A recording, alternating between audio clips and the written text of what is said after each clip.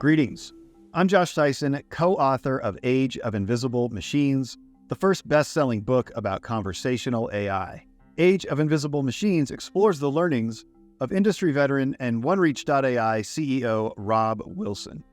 Each week, Robb and I bring in a guest to continue the conversations we started in the pages of our book. This week on the Invisible Machines podcast, we're talking about the reasons why pessimism is a luxury of the privileged, how generalizations can fail designers, and the problematic relationship between innovation and excess. Our guest is Payal Arora, a professor of inclusive AI cultures at Utrecht University and co-founder of FemLab. She's the author of the award-winning book, The Next Billion Users, from Harvard Press, and her new book, From Pessimism to Promise, Lessons from the Global South on Designing Inclusive Tech, will be released this fall by MIT Press. Payal joins us for a frank and eye-opening exploration of technology and innovation in the Global South, and let's just jump right into this great conversation with Payal Arora.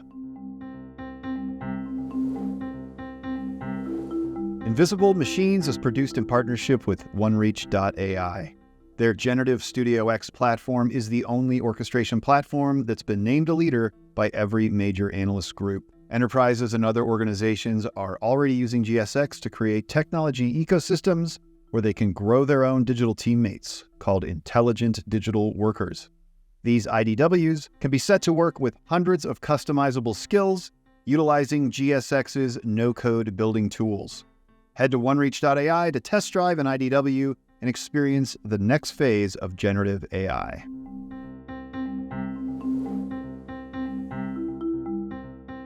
All right. Well, Payal, thank you so much for joining us today. We're really looking forward to this conversation. Yeah, I'm really happy to be here. And Robb, it's a pleasure as always seeing you. As always. As always. So as Robb and I were preparing for this conversation, we were reminded of, it was actually Elias Parker, who you just met, our executive producer. He interviewed a fellow named Toby Shapshak back in 2013 for UX Magazine. And Toby had given a TED Talk kind of about how the Global South was way ahead of the West in a lot of ways. And I'll just read you this quick quote from his talk. He said, "While the rest of the world is updating statuses and playing games on smartphones, Africa is developing useful SMS-based solutions to everyday needs."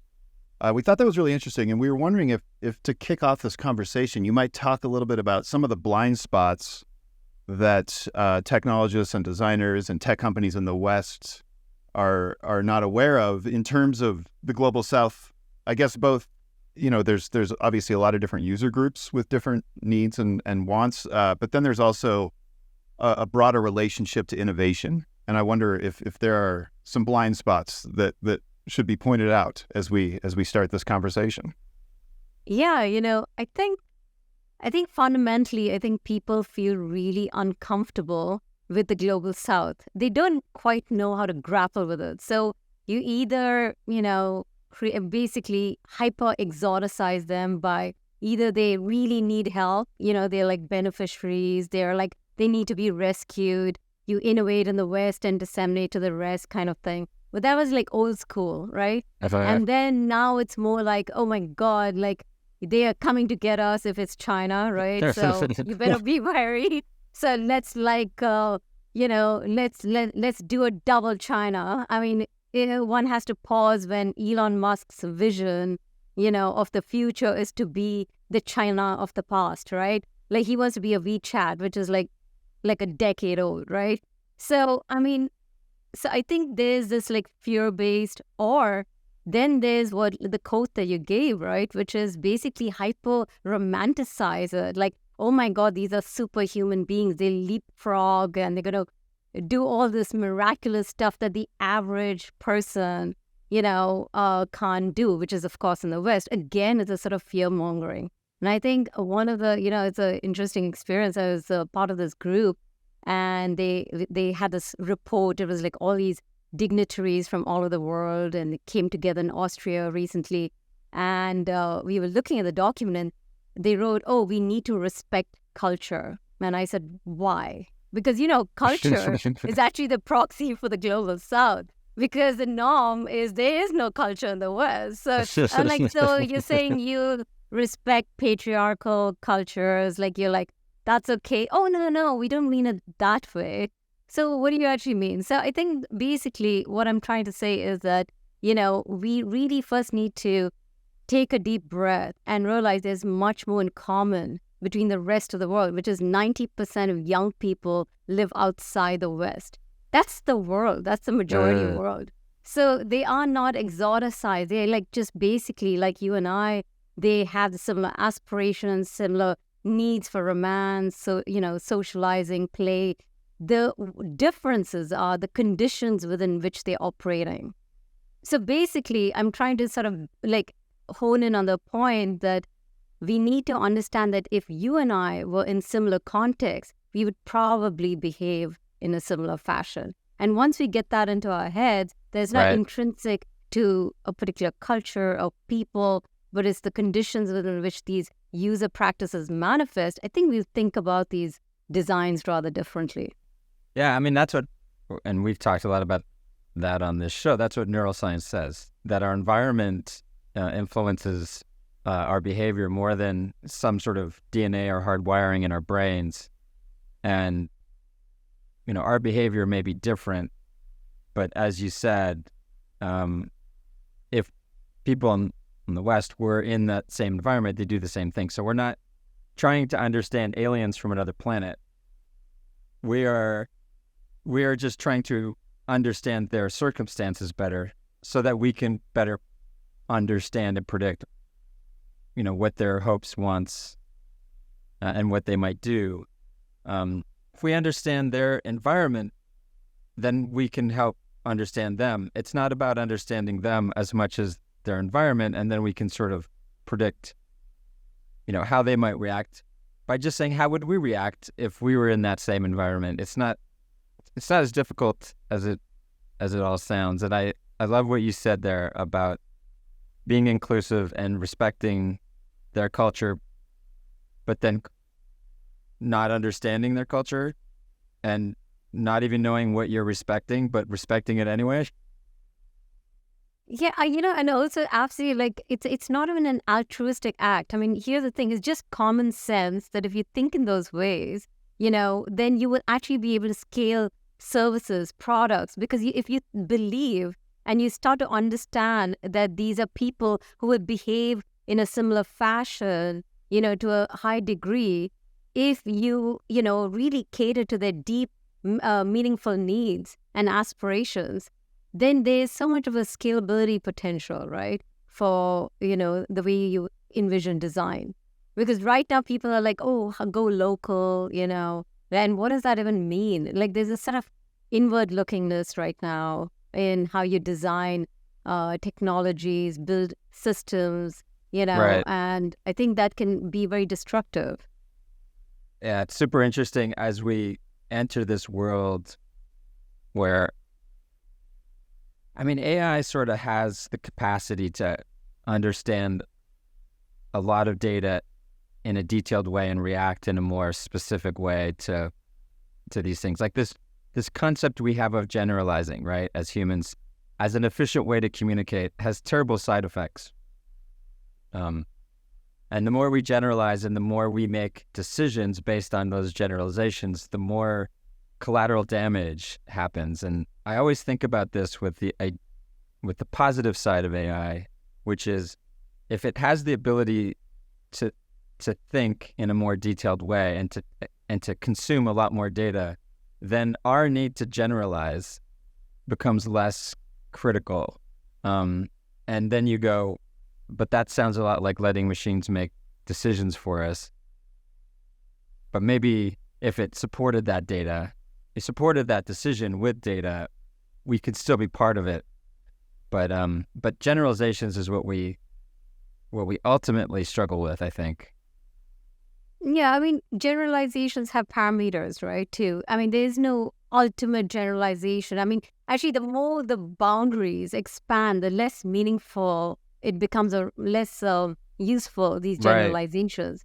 So it's really the question of, to what degree is this generalization useful for me to get what I want to get, right? And so if I'm trying to cater to solving a particular, say, ride-hailing issue, on an app, and say it's women drivers, like say, take for example, the fact that we have a high demand for women drivers in many parts of the global south, and there's a deep, supply issue. And so, one would say, okay, what's the problem here? How do we generalize across these patriarchal cultures? Can we say they have similar issues? And it's not so much, patriarchy is a very non-useful kind of framework. It's too vague. So then you have to break it down into what are the sort of proxies of patriarchy. And some of our research has found that actually what women really want across these different contexts, very dramatic different contexts, are that they want toilets, clean, safe, and well-rated toilets by other women drivers where they can actually stop, because women have needs to go to the toilet, which is far more than men. And it seems so incredibly simple, right? I mean, it wasn't about, in fact, one of the sort of assumptions we had was, well, is it because they feel unsafe on the road, particularly in the night? And actually, that was not one of the prime reasons. In fact, many women said they liked it because it was finally quiet, because they're surrounded by kids and they live in a multi-generational home. It's always like demanding of their time, and they don't get a time to just, be peaceful. So they like to be on the road, and it's particularly the night. So that was another assumption we went into, because we generalized what patriarchy means in these contexts. So that's just like operationalizing it by sort of breaking it down into proxies and seeing to what degree will that proxy enable us to come up with something useful as an intervention which can enable, a more inclusive sort of design space, right? Yeah, there's an empathy problem that I can sort of see here, which is this idea that we can feel compelled, and I think you said it, to rescue some group of folks, some segment of the population, which makes us feel great, like superheroes. We're so great. Let's go rescue these people. But we're not going to ask them what they want. We're going to tell them what they want. We're going to rescue them in the way that we think that they need to be rescued, because at the end of the day, are we really even doing it for them? Or is this all just part of us, our egos and psychology? And so if they just want toilets and everybody's like, well, that's boring. Like, I don't want to. Indeed. I think there's this, there's a rising awareness of, valorizing boringness and the mundanity of life, because much of the boringness actually is about detail. Basically, that translates into, it's these little details that count that actually can, nudge us towards using something and not. And it's not these very dramatic, like, I'm going to change the world with this app. I mean, the number of times I've been roped on a project of, well, this app is going to transform the entire educational system or something. And it goes down, behind it, of course, is this culture of like, I need to sound exceptional, because otherwise people won't notice me, they won't take me seriously. And this goes into a whole entrepreneurship culture, etc. But in the end of the day, it's really the boringness of interventions, which requires a certain humility of understanding that these, minor interventions can create dramatic change, actually. Yeah, you talk about, I think, the power of technology for people to achieve sort of self-actualization. And, I think in the Western world, we see that manifest a lot in like social media influencers. But I guess two things I kind of wonder about that. Like, if it gives people in the global South a voice, can that become sort of a vehicle towards empathy to like kind of what we were talking about, helping people actually understand the real circumstances of people who they are really not very different from at all? And then also, like, we talk on this podcast a bit about how conversational AI has sort of a democratization power in that it can give anyone access to create software conversationally. Yeah. And I wonder if you think that there might even be like maybe the next phase of self-actualization is actually creating software solutions that are of benefit, either and personal also benefit like or machines communal don't mind benefit. making toilet seats. Like they don't care that, they'll just do whatever solves the problem. Like maybe we're flawed in that it's got to be exciting. There's got to be dopamine in it for us. There's no dopamine, like we're not going to do it. But machines they don't get rewarded on dopamine. So maybe there's a benefit there. I mean, look, what is mundane and boring in that context can be extraordinarily eye-opening, and it's extraordinarily exciting. So, for example, we're not really, when you think about this whole self-actualization, I am actually emphasizing some very boring things. Like when I say, teenagers are most interested, regardless of whether they're from a slum in India to a suburb in Boston, they're the most interested in understanding their bodies, their sexuality, their questions like, am I a freak? Is this normal? I want to experience love, So, and these are extraordinarily mundane things because they've been around forever. So why are we so surprised that, they would actually do something as, mundane and trivial as that, at least in our imagination, right? So I think that's part of the legacy of thinking that when we look at the Global South, this was traditionally, for the longest time, relegated to, aid agencies and other philanthropic organizations, which had this sort of paternalistic approach to entire populations coming from a real colonial legacy, which really sort of infantilized entire groups of people, right? And so when you do this sort of infantilization, then you basically start to approach them in very simplistic terms, like, the number of self-care apps developed for the Global South on family planning. And instead, what they want is how to make babies because their status is on, honestly, their status is on, if I can't produce a baby, I don't have a standing in the society. So there's a huge desperation to become more fertile. And yet there's this legacy of like family planning apps. There's a gazillion of them, right? And I think one of so I wrote this article for one of these magazines sometime back, and I talked about how we need to be more pleasure positive, and speak more about sex and sexuality, because the entire campaigns like Love Matters campaign in Nigeria where it's very quiet online, right? Like on the surface, you don't get any likes, nothing. And they talk about masturbation and pubic hair and nipples and all sorts of stuff on Facebook and all. But the back end, it has millions and millions of views. And so these campaigns are looking at the back end because that's actually consumption, because they can't actually like it. And we're so used to measuring the visible as a rubric for success or failure, right? And so there's like these multi-layers, but I brought this up in a magazine and they're like, hey, do you think you could edit this out a bit? Because our funders for the magazine are like really like, religious organizations. And I was like, Jesus, really? And that's actually a lot of that kind of, funding mechanism behind understanding the Global South, which kind of sort of explains why the kind of discourses get rehashed, recirculated, because there's certain kind of vested interest, right? They have to be seen as utility-driven beings, beneficiaries, yada, yada, yada. But things have changed now in the last decade, especially because of the data economy. A lot of tech companies are very eager to capture the next billion users, go out there, but they still can't shake it off in terms of like, well, yeah, they have data points. You don't co-create with them. So then there's so many companies I work with who have their outlets in, say, the Global South, where there's in many parts of Africa and India, there's other parts of Brazil, and they don't actually engage with their teams.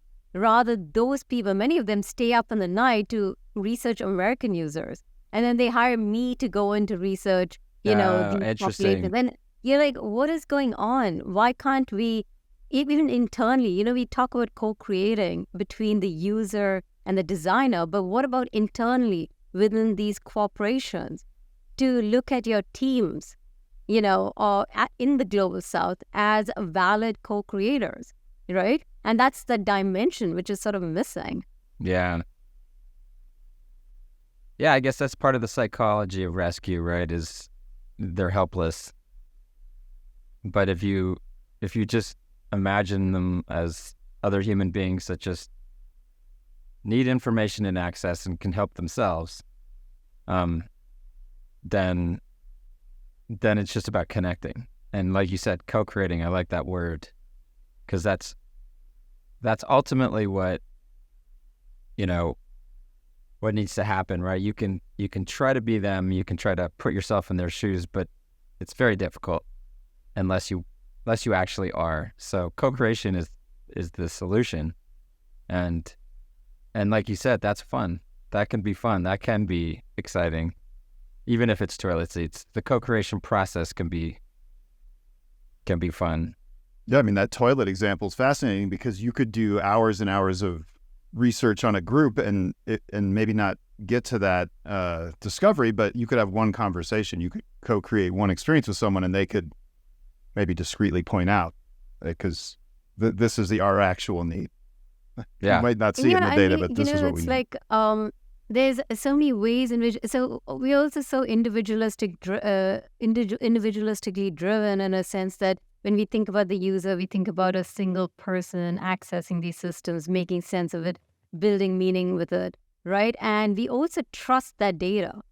Whereas in many parts of the global south, you often have shared mobile phones, and they even share passwords. And so, you have a grandson using it for his grandma, but also his mother. And then oftentimes, our research, we do this multi-year project on, girls in different communities and how they are not given the same kinds of access as compared to their, brothers.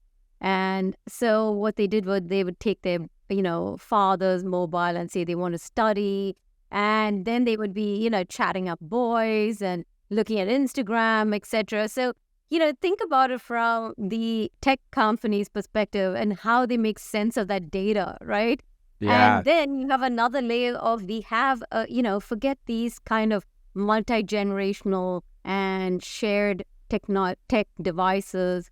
There's also another layer of what we tend to have this assumption of family plans, right? So when we do think collectively, we think in terms of a conventional family plan. Yeah. And what is typically, needed is to rethink the collective as many kinds of groups coming together, like 6 to 8 Bangladeshi workers working in Saudi Arabia, sharing a room, and they need to, share a mobile, and they're not really actually connected except for that physicality of space, and they are, in a sense, building a network of solidarity. And again, that's going to be corrupted data, right? Right. If people just look at that, where that's coming from, why is that user behaving in these completely erratic ways? And so this is really a merit for user research, even more so from a very bottom-up digital anthropological way, right? I mean, my phone's, after 10 years, still thinks I like Hannah Montana. It's like, actually, that's a really good it still point. Comes right? up. I'm like, oh my god. Yeah, you did reveal what you were. I mean, that says a lot about you, huh? So Rob watched the complete series over a decade ago. He's oh my god, and Netflix, like it's all cartoons. Yes, yeah, not just there, but it's so true. The data, the algorithms. It's not enough data. That's the point. Or if it's enough data, the algorithms are too dumb to distinguish between these things and kind of say, like, this is obviously not the same person. But I think this is why TikTok really took off, right? Because they didn't try to predict our taste as much, right? In a sense, if you I mean, so Spotify and Netflix, my God, the amount of boringness, like how they try to ensure that they give something as close as possible to you because they have this very limited understanding of what we are, is that we're complex, contradictory human beings who want to be pushed out of our comfort zones once in a while. And TikTok pretty much did that sort of algorithm of serendipity. So, there was that sort of a wild card infused into the algorithm where you got different kinds of feeds, right?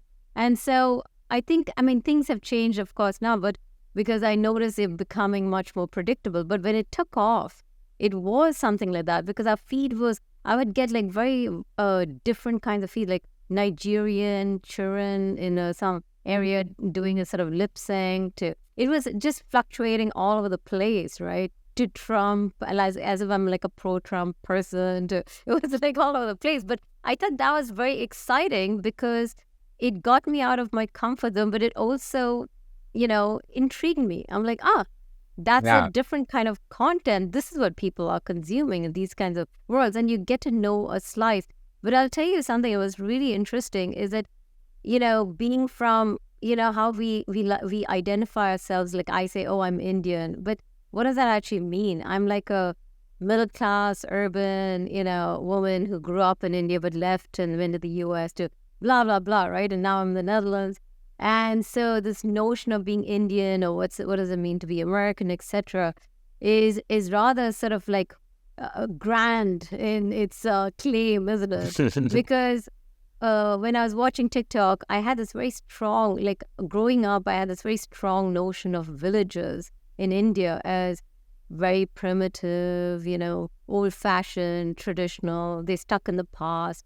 And then I'm looking at all these village influencers coming on my TikTok feed, like this guy, this person, Neil Renaud, and I think, they basically play around with their sexuality and their clothing from their village. And I was like, hang on, how is that person doing all this stuff in the village? And so it sort of disrupted multiple levels, particularly about what village life looks like. And their grandmother was part of it, and and the kids around it. And they have a higher following than many top fashion influencers in the world. And I was thinking, there's something going on. And so I think, if anything, we learn more about our biases, our perceptions, because we freeze things in time because it's easier for us to digest information, right? Yeah, that's a powerful example because I feel like, at least in the United States right now, we're kind of living in the fallout of these social media bubbles where people just are kind of constantly fed their own ideas back to them. But what you're saying is starkly different, right? Like, you might specifically go to a social media network to get like something unexpected. And then there's that piece of it where seeing a villager in India and like seeing them do a goofy dance, even like something basic like that, can move the needle for an individual person in terms of like helping them connect with this notion that there's people all over the place that all kind of have the same basic needs and wants, despite whatever resources they might have available to them. Yeah, and also, like I was thinking also about categories of, like, say, world music, for example. I mean, what does that actually mean? That's like, it's like the rest of world phrase in tech industries, which means anything outside of the US, right? It's like, what is the rest of world thing, right? And that clumps basically the entire Europe, Australia, and the rest, everything. And it's so meaningless. And, the category of world music, for the longest time, we didn't even question what that means.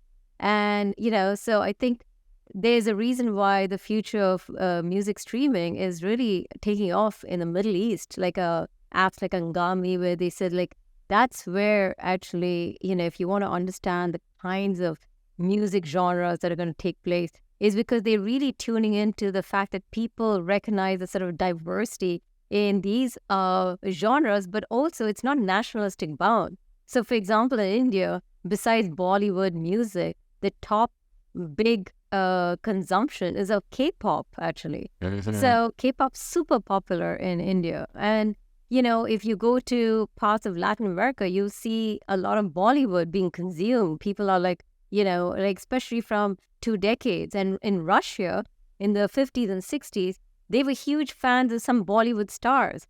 And this, we can just go on about this, and it says something that one is, it's very boring to stay within your comfort zone. People like to play around, be exposed. And what's always weird is when people are so surprised. Like, for example, Netflix, what was that show, Parasite? No. Squid Game? Squid Game, exactly. Squid Game took off. They're like, oh my God, people are interested in shows which is, in a different language, and how and a different culture. How could that possibly be? How did it take off like this, right? So there's this like aha moment. Like, if you're good with stories, I mean, that's what counts, right? And these stories cut across.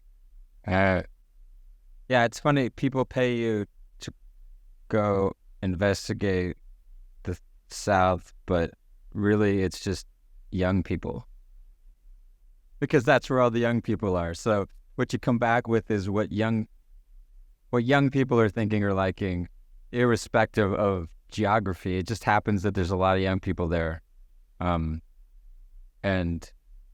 so it would make more sense to actually go figure out what young people want there than to figure out what people in the South want.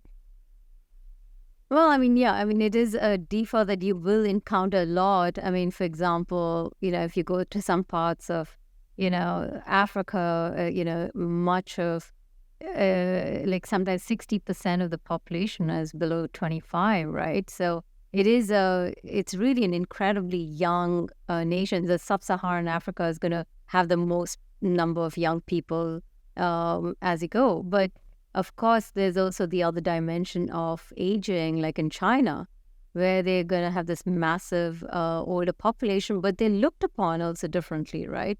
And so I think there's also that kind of gap. And I must say, like, we don't innovate enough for a variety of age groups because, as we live longer and we are healthier and, we need to be more self-sufficient because clearly the larger ecosystems are not geared to handling these aging populations. We will have to start to really sensitize ourselves also to that entire demographic.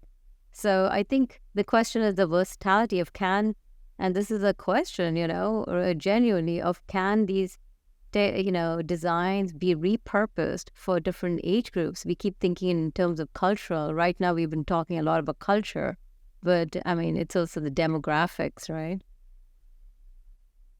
Yeah, you have a book coming out later this year from, I think, MIT Press called From Pessimism to Promise.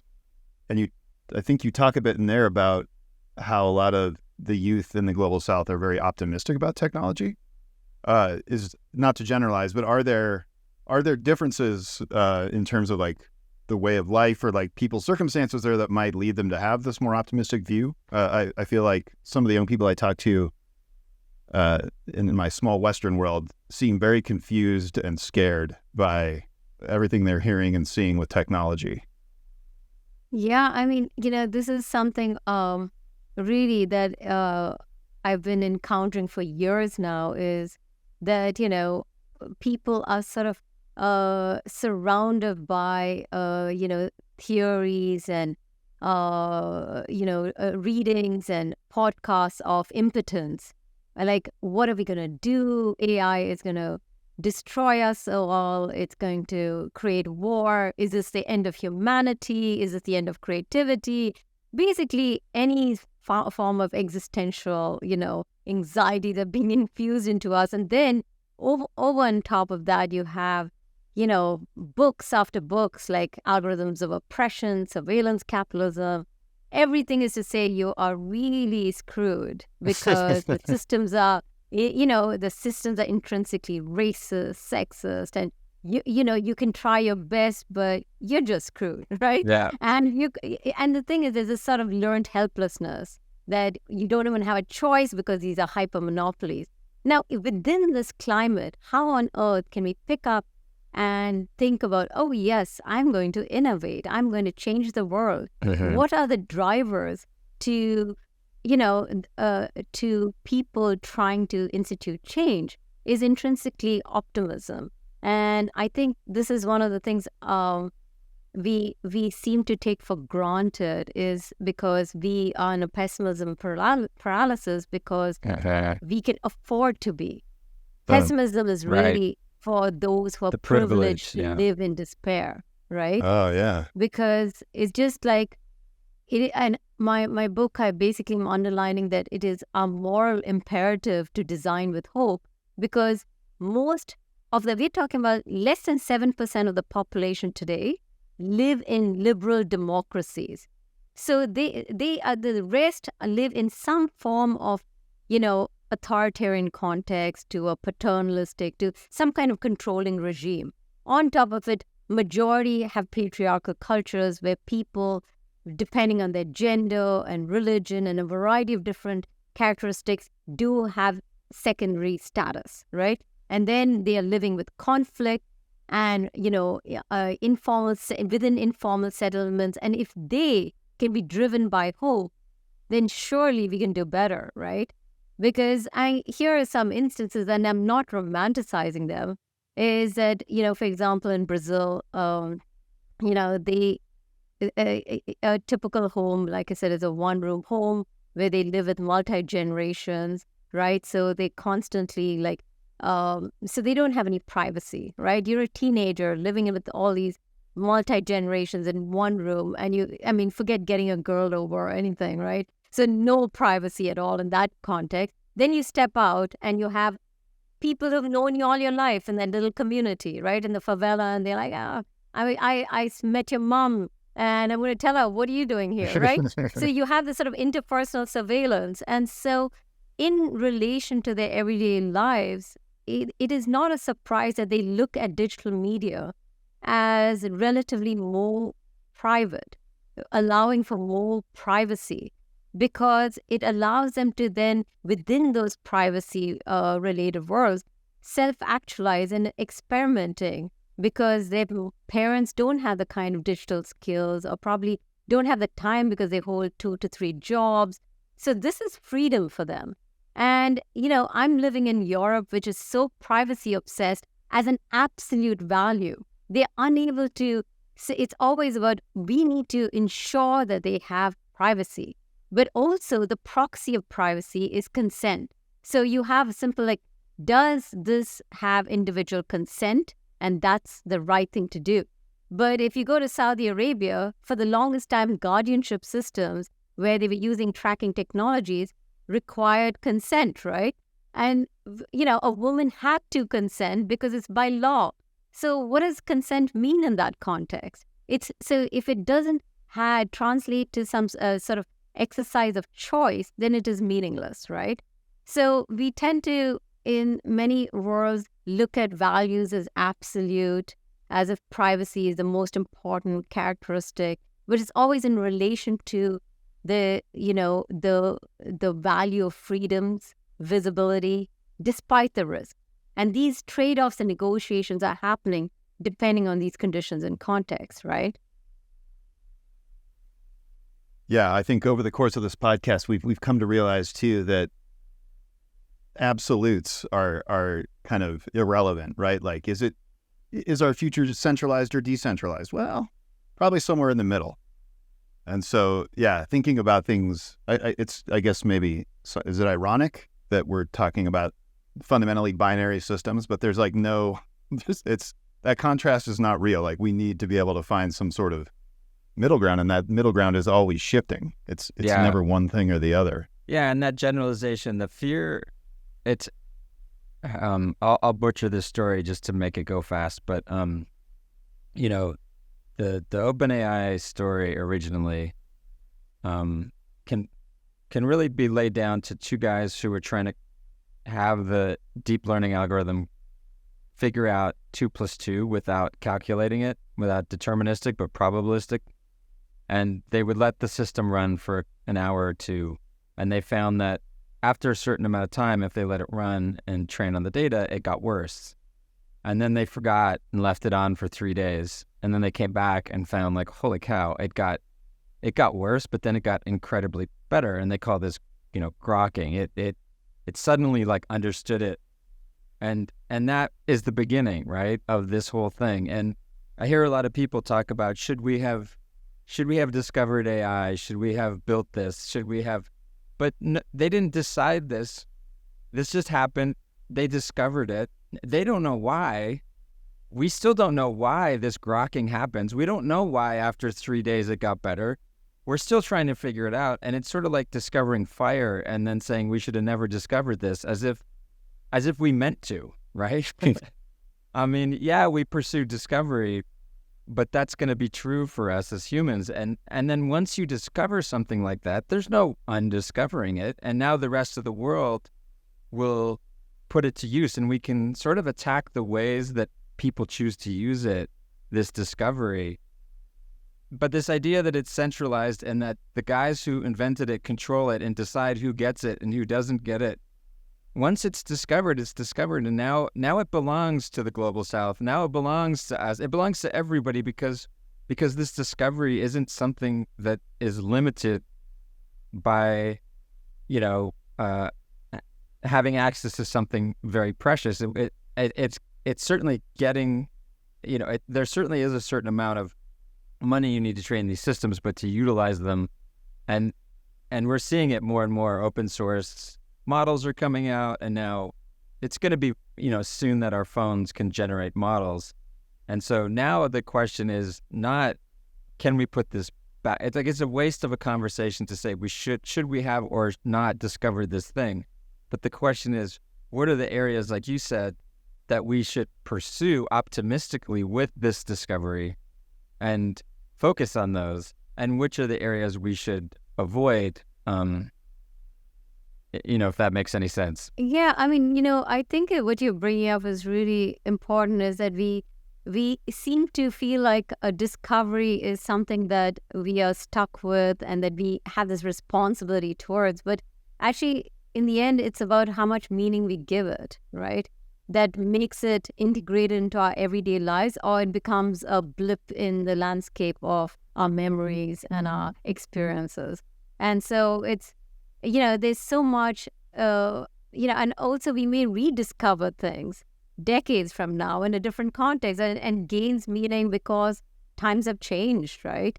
So, I mean, absolutely. I think we also over-fictionalize the process of innovation, because we'd love to see, either the white lab coat and like, oh my God, I've just discovered but most innovations historically were, the vision of the people who discovered it, oftentimes by chance.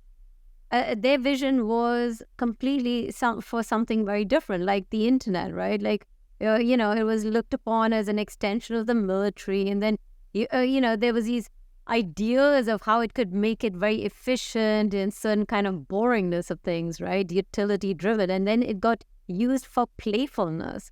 And in fact, if we see, much of what, especially with state-driven innovation, they would love for us to be good citizens, good, efficient consumers, and all these sort of virtuous kinds of ways in which we use technologies. But as human beings, the number one top consumption has been about pornography, right? In fact, there's a funny story here. Is like, I remember just when my book came out, I was invited by a major telecom company for their leadership seminar to give an inspirational note and all. And so I got into this thing. I'd ask the room, and these are all these CEOs and managers from across that. And I said, how many of you do not watch porn? And they were like, oh. And it was really interesting because nobody, they were like, okay, well, they stopped, right? And then there's a big laughter. And I've done this in Copenhagen, in Hamburg, every single time. Do you know how many people raise their hands? Almost nobody.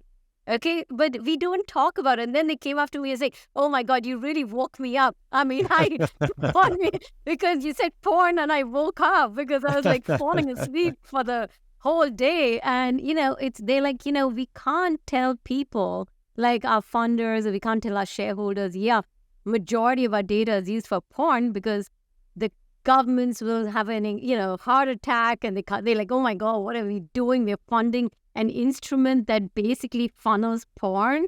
I mean, how is that good for society? So this is like the best kept open secret, right?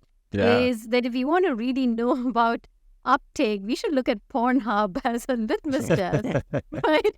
And I mean, I'm saying this facetiously, but on the other hand, like it is true though, is like on a broader sense of leisure, like in India, there's this telecom company, Jio, right, which by the Reliance company, which really did something pioneering about a decade ago, is they made data, which was one of the most expensive in the world in India, to the cheapest in the world. And also, they did something very different. They didn't look at the, marginalized majority, the next billion users, which is basically the non-affluent middle class, as later populations. They put at the center the majority of people who are low to mid-income level, aspirational users, young people, and they put them at the center of their design. And they even examined what is it that they do with the internet when they have data. And majority of it was 4 things. They came up with the ABCD principle, which is that much of what users do in India is, with their data is geared towards 4 things. A, astrology. B is Bollywood. C, cricket. And D, devotion. And if we can tap into all 4 pieces of content, we've nailed it. And that was a marketing strategy to really get a huge uptake, because then people found it meaningful. And through those avenues, they actually started to do the more practical stuff like, okay, identity cards, banking.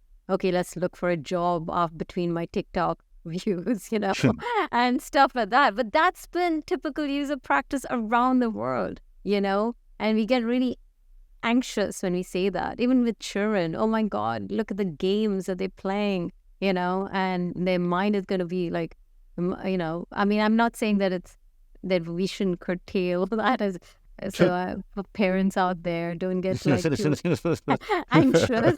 But I'm just saying that there is a lot of learning that also goes goes on, and socializing and all these other layers, that we gain through it. So it's a sort of valorizing, and also just recognizing the humanity of it all, is that's basically digital leisure practices through which we sort of discover, and going back to your point of discovery, we're discovering ourselves, and, through that we discover systems that work for us. Yeah, I think one of the things that is most exciting to us about conversational AI, I can kind of illustrate, Rob spent like 10 years building an orchestration platform for conversational AI, but our most prolific solution architect, who's built probably more automations than entire teams at enterprise groups, is in her 20s and came to us with a biology degree. So she was able to kind of harness these conversational technologies and not really have to know how to write code to create really impactful software. And so it seems to me like in the global South, where there's a voracious appetite for technology among young users, and then also maybe sort of this different viewpoint, like maybe, not burdened with the luxury of pessimism, I suppose.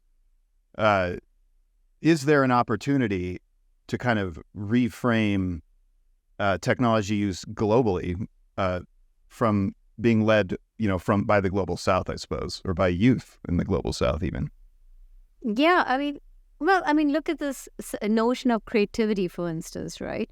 Is that there's so much anxiety around creativity because we identify and define ourselves fundamentally on being creative, whatever that means. But we see that surely that's what defines us as human beings. But, it's oftentimes very elusive, and, we put it on a pedestal. But creativity in the global South is more about playing with the rules of the game.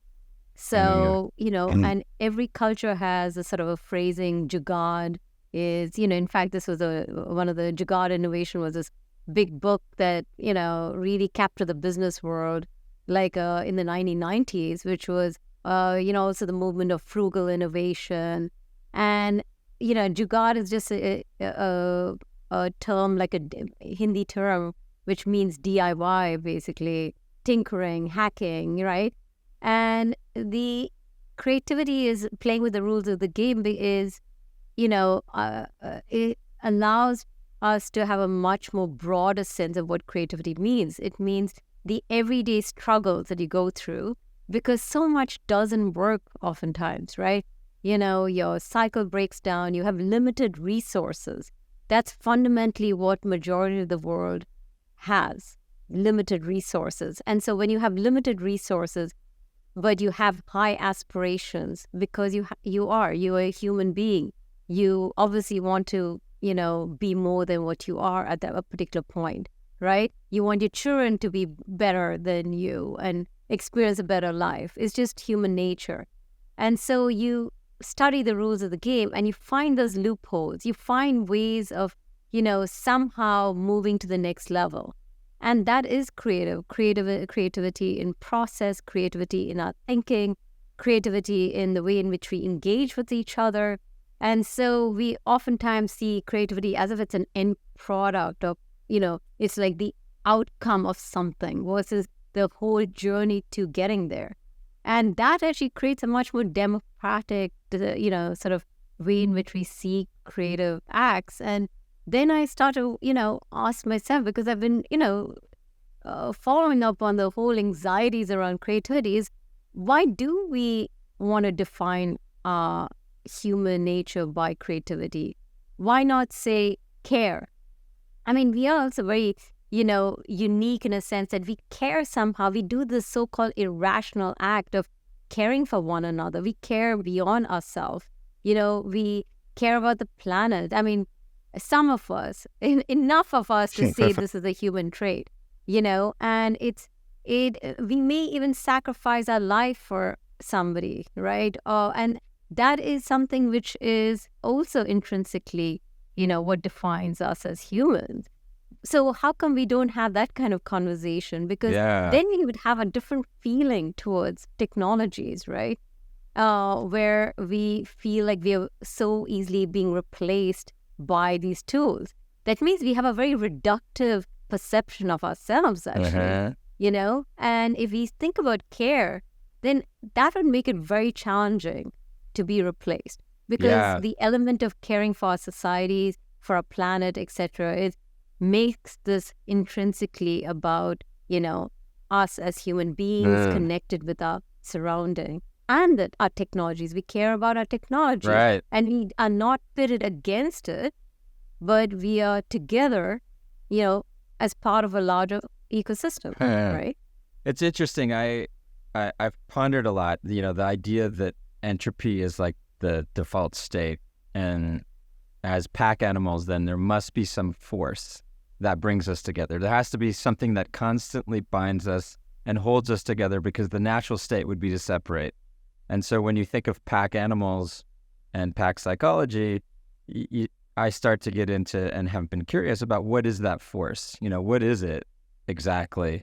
And a lot of it I've kind of attributed to co-creation. We love to co-create together, and that's the substance that binds us, right? That's what connectivity is, this co-creation where we're talking, we're creating, and we enjoy doing this, and that binds us together. But I like this idea, and I'm sort of evolving it right now in this conversation to think, well, maybe just co-creation or creativity is an expression of caring, and that it's caring that actually binds us together.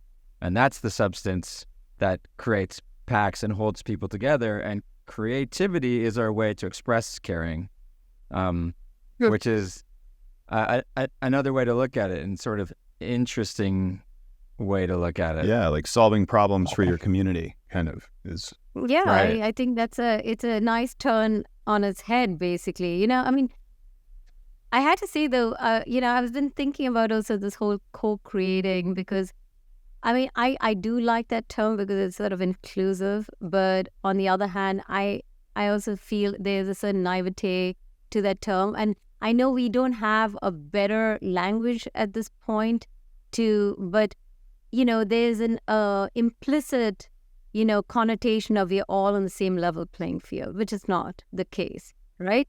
So co has a sort of elusive equal distribution of power in decision making. Absolutely not true. And the other thing is that we are burdening the user on a sort of responsibility in the process. And so then there's a sort of co-blame also that can, result in co-creation, saying, well, that's what the user wanted, right? Or that they reported they wanted this. We did that. And then they lied to us or whatnot. So there's a certain sort of shared blame. But, I think that maybe there has to be a sort of an equitable approach to particularly marginalized communities, because they're already burdened. Like there's this burden with being over-analyzed, there's this term in the AIDS circles, and this is like a running joke, is they're suffering from pilotitis because they do a gazillion pilots in the global south, and and they don't intend to scale.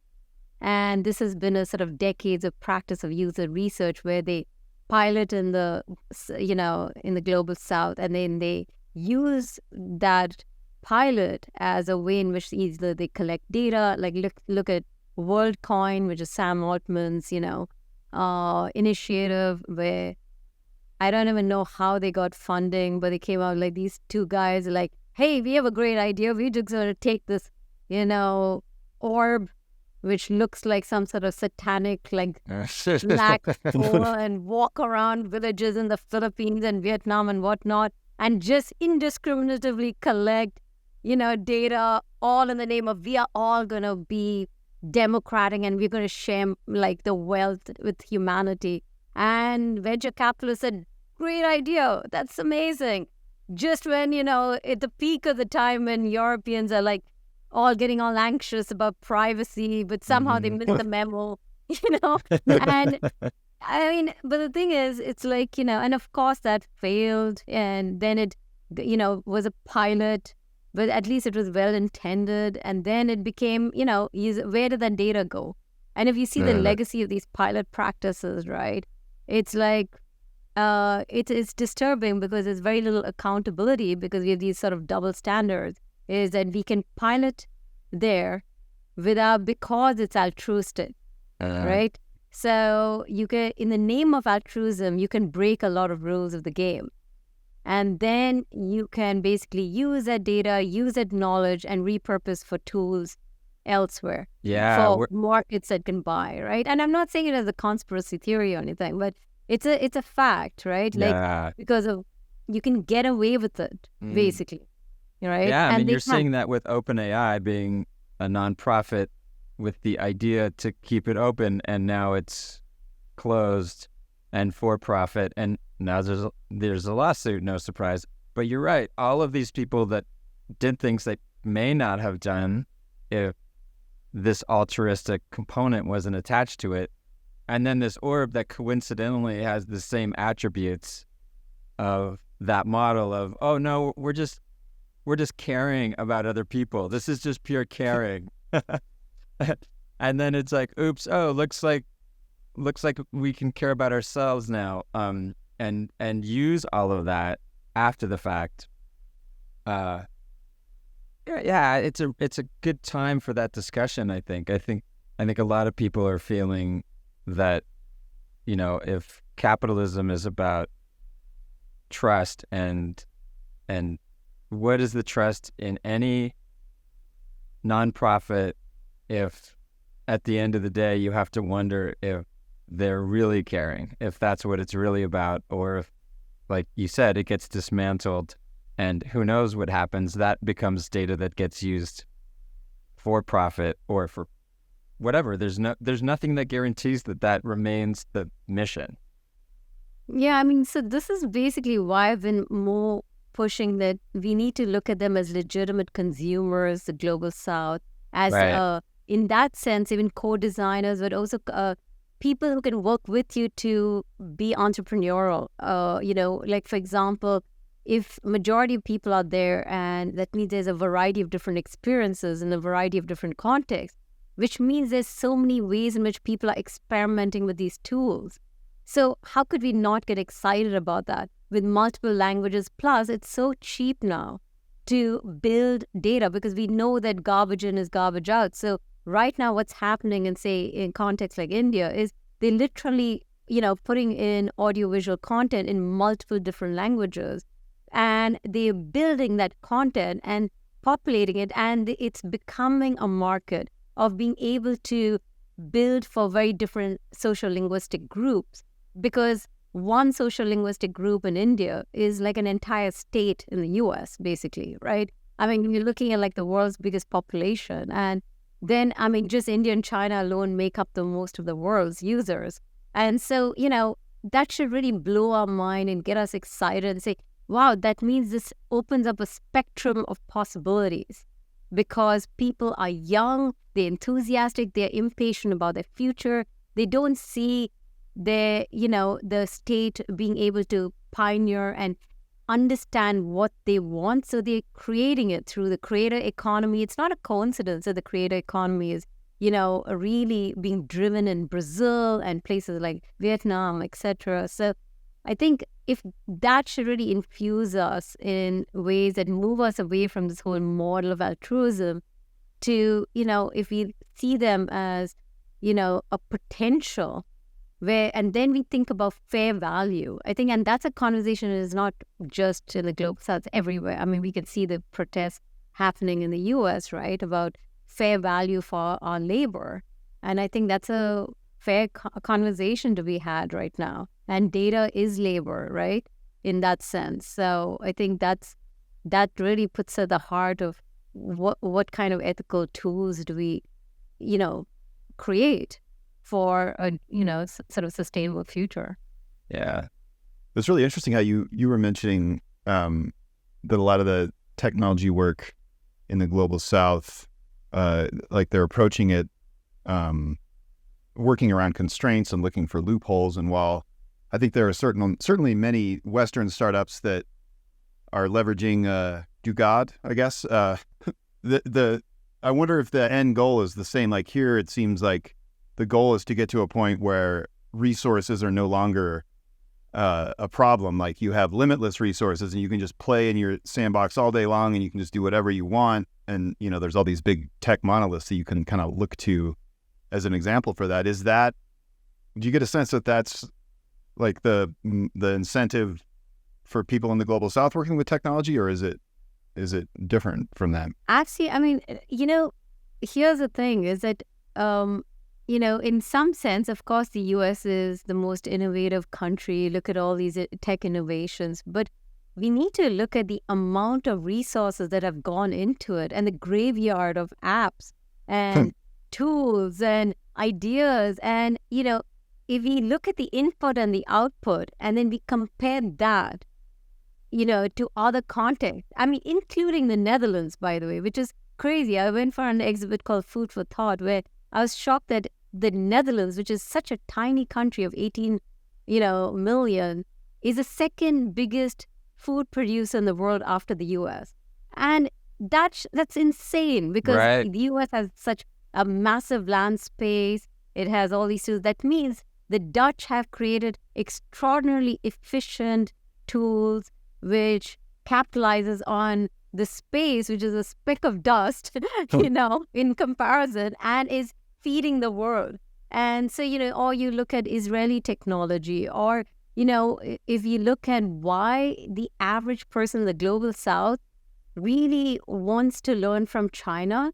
I mean, you say China and people start to get like palpitations. Like, I've talked to many groups in the US, and I've even experienced times when they've asked me if I want to edit anything I've said about China, because I say one thing again and again, is that the average person in the global south wants to be a Singapore or China and not a US, because it's more inspirational for them is how on earth did China, with its incredibly limited resources, build these, amazing digital innovations. The only counterforce to Silicon Valley. It should have happened in Europe with its wealth and its education and the networks. Why didn't it happen? It should have happened in India because of the diasporas who are very much, in the US and English speaking. And, why didn't it happen there? And so there was a sort of momentum by the government, investment, right? I mean, I'm talking about the last 2 decades. We have to understand, how did China do this, right? And that's what people are interested in. It's not like you should be able to pick and see, okay, this is something really inspirational. And that's what gets you going, right? So I think that's the model they want to understand, is with limited resources, but it's also beyond just us human beings. It's also about the climate crisis and the energy that data centers use. So we need to have data light, for example, tools, so it's also that we cannot even afford to be this sort of, lazy with our resources. Just because you have it doesn't mean you have to use it. Yeah. Right. So I think there's this moral obligation to be resource light, right? Yeah, that's probably the new theme, and I definitely think it's an interesting concept when you think about innovation. How many spins at the wheel did you take? It's mathematics. More spins at the wheel, more likely you're going to innovate. If you don't look at the failure rate as a ratio to the success rate, then you're not really doing a fair comparison. Like you said, it shouldn't be that the U.S. is number one at food when the Netherlands, on a ratio of square footage, can produce more food per capita. Then that's amazing, and that's where you want to go focus, because that's where there's the most to learn. So it's sort of a red herring to think I'm going to go to the U.S. because it's bigger. The U.S. needs to learn from Netherlands. It's the other way around. That's fascinating, and I definitely can say I can see that firsthand. Well, this has been a great conversation. Lot to think about, a lot to consider. Thanks for coming on. Thanks. It's been really fun, and hope to do this again. All right. Well, thanks again for joining this ongoing conversation about conversational AI. Be sure to subscribe to Invisible Machines wherever you get your podcasts, and if you feel so inclined, please leave us a review on the Apple Podcast app. You can also watch these conversations on the Invisible Machines YouTube channel. This podcast is produced for UX Magazine in partnership with OneReach.ai. Over the past 5 years, our team of nearly 200 engineers, scientists, experienced designers, anthropologists, and linguists have been developing Generative Studio X, an award-winning platform that has the lone distinction of being named a leader by every major analyst group. GSX is a complete environment for hosting, creating, analyzing, and scaling your own digital teammates called Intelligent Digital Workers. For an interactive demo of IDWs in action and to learn more about the GSX platform, head to OneReach.ai. This podcast would not be possible without the hard work and dedication of executive producer Elias Parker and producer Kate Timchenko. Our video and audio editor is Michael Litvinov, and we rely on support from the marketing team at OneReach.ai, including Allison Harshberger, Anastasia Nechtalio, and Vera Prokodko. Thanks again, and we look forward to connecting with you next week, right here on Invisible Machines.